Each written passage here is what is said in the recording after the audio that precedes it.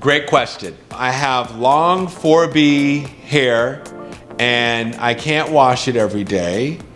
How can I manage it through the week? So this is a good question because I think sometimes some of the comments or the idea that all I talk about is wash and go styling. I talk about wash and go styling because it was never in your vocabulary. And I talk about wash and go styling because historically women with kinkier textures were told that water wasn't good for their hair. I talk about wash and go styling so much to really drive home that water is a source of hydration. It allows you to recondition. So if you've been chasing dry hair your entire life but not wetting it, go figure.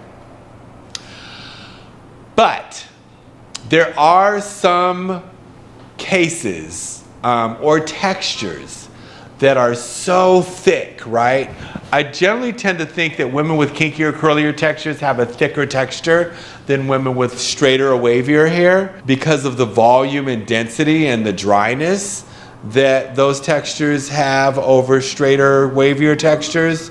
And sometimes there are textures that are so thick and so long that wash and go styling is just not reasonable. And in those cases, I suggest prepping the hair for protective style. Protective style is any style that doesn't require you to have to wet your hair. That's all a protective style is, right?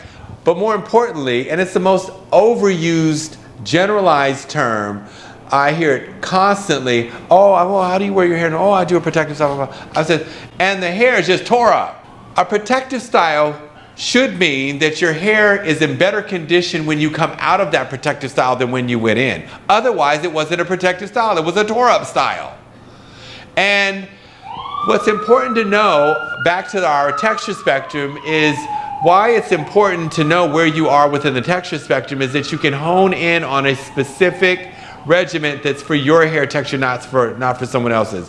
So for instance, the terms like wash and go styling, co-washing, protective styling, it helps to redefine and find a more customizational regimen that is based off of your hair texture. So it is important to identify your hair texture so you can know what not to do and that you can know what to do. And so here's the deal with doing a protective style. A protective style, and ladies, you can be lazy with your hair. It's quite all right, but you have to be intentional about being lazy about your hair. You can't leave kinky hair to sit in itself or twist it up when it's wet and expect anything to happen great about your hair, right? What's gonna happen if you, say, a 4C texture or a 4B texture for that matter, what happens when you do a twist out on wet hair? Well, when that dries, all that water evaporates and all of that hair goes back to its dried out state, and then for a week, it's being left to sit in itself. What you fail to realize is that just because your hair is kinky does not mean it's not made up of these individual strands that represent the entire community of hair on your head. And if the goal is not to have locks, then don't let your entire head lock up. Because what's gonna happen when it locks up after it's dried out and the water evaporates and you decide, days have gone by and you decide to take it out, that hair is gonna break, right?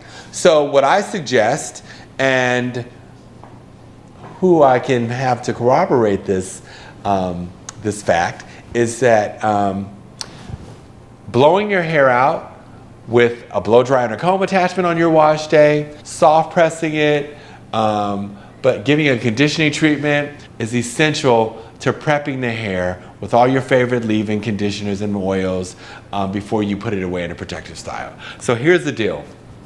I have my clients that are, some of them are my age and or older, and they bring their mothers in. They bring their mothers in or their grandmothers in, and mother hasn't had a haircut in 20 years. And they're bringing them in, treating them to a haircut because she ain't had a haircut in 20 years. And I'll say, mother, so what do you do with your hair? Oh, I don't do anything. Every 3 weeks I wash it and condition it, and I blow it out, and I soft press it, and I put it in a bun. And that's what I've been doing for the last 20 years. And she has hair down to here.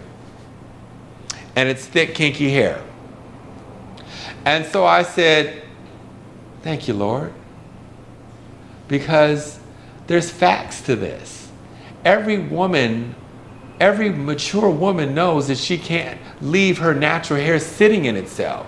She has to do something to prep it to be able to put it away in her regal bun, or a soft put away something, or a plait, or a pretty braid, or something. She knows that she can't leave her hair sitting in itself because it'll just lock up, it'll be more manageable, and it won't look good. And a woman of her age needs to look good, and she's not trying to look tore up. Just because you want to be on the natural hair gang does not mean you should be walking around with your hair tore up and thinking that, why is it the same length that it was 5 years ago?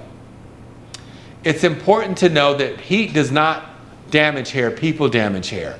Say you did a whole week's worth of wash and go styling. You know, like this week I don't feel like being bothered with wash and go styling. I don't feel like wetting my hair. I'm gonna do a protective style. Say you wouldn't want to be bothered with your hair, but you just want to put it back in a ponytail or a top knot.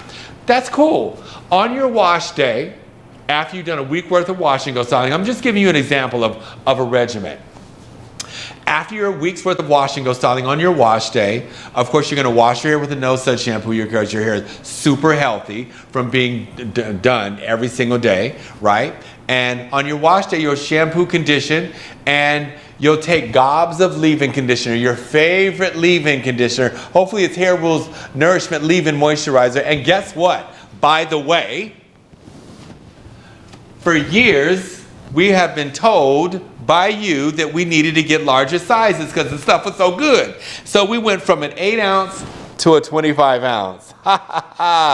So we now have 25 ounces of leave-in moisturizer. Leave-in moisturizers or leave-in conditioners are never in place of rinse out conditioners. They're only in addition to. So you will never use a leave-in conditioner in place of a rinse out conditioner because they're just not that heavy.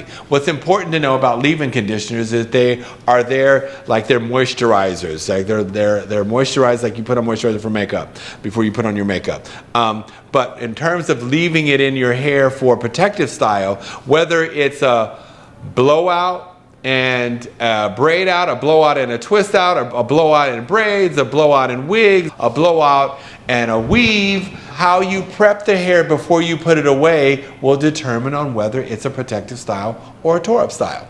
Now it's important to know that when you prep the hair before you put it away in protective style, that you're giving it a leave-in conditioner, you're giving it a conditioning treatment. So it's kind of like wearable therapy, right? You blow you blow a golf ball size amount of leave-in conditioner in your hair, add all your favorite oils, castor oil, do your scalp oils, tea tree, peppermint, sweet orange oil, basil, rosemary oil are all great for the skin and your scalp. Your scalp is the most neglected thing on your part of the skin on your body, so treat it well. And then you've prepped the hair, you've blown it out and you've given a conditioning treatment and stretched it out all at the same time. And it's super manageable because you did a week's worth of wash and go styling. And it's super manageable because every time you go to get a protective style, you know how to prep it. So it will immediately change your grade of hair, which oftentimes goes misidentified because your regimen is so crap. It's important to hone in on a regimen so your hair is easier to manage, and that just means hair that looks good without a lot of work. Sometimes it is unreasonable for super thick, kinky, curly 4B-4C textures to do a wash and go styling every day. I have seen those textures and I have consulted with them and tutorialed with them and I get it. But it's important to know how to take care of your hair if you're not doing wash and go styling, and so that it's super healthy. So I hope this helps.